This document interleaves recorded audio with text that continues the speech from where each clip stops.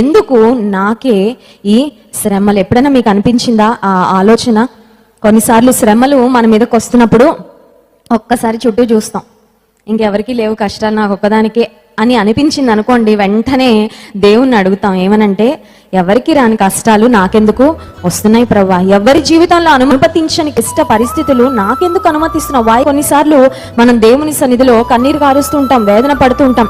But remember, God has a purpose behind every pain. ఈ జీవితంలో అనుమతించే ప్రతి బాధ, ప్రతి నొప్పి వెనకాల ఆయనకు ఒక గొప్ప ఉద్దేశం ఉంటది. నీకు అప్పుడు టెంపరీగా అనిపించవచ్చు, ఈ బాధ, ఈ శ్రమ, ఈ సమస్య, ఈ నొప్పి ఎందుకు వచ్చిందో అనుకోవచ్చు. కానీ తాత్కాలికంగా నీకు వచ్చే బాధ, దాని వెనకాల దేవునికి ఒక గొప్ప ప్రణాళిక ఉంటుంది. నిన్ను ఆశీర్వదించాలని దేవుడు తలంచి కొన్నిసార్లు చిన్న చిన్న పెయిన్స్, చిన్న డిస్కంఫర్ట్, కొన్ని అన్కంఫర్టబుల్ సర్కమ్స్టాన్సెస్ మన జీవితంలో దేవుడు అనుమతిస్తూ ఉంటాడు.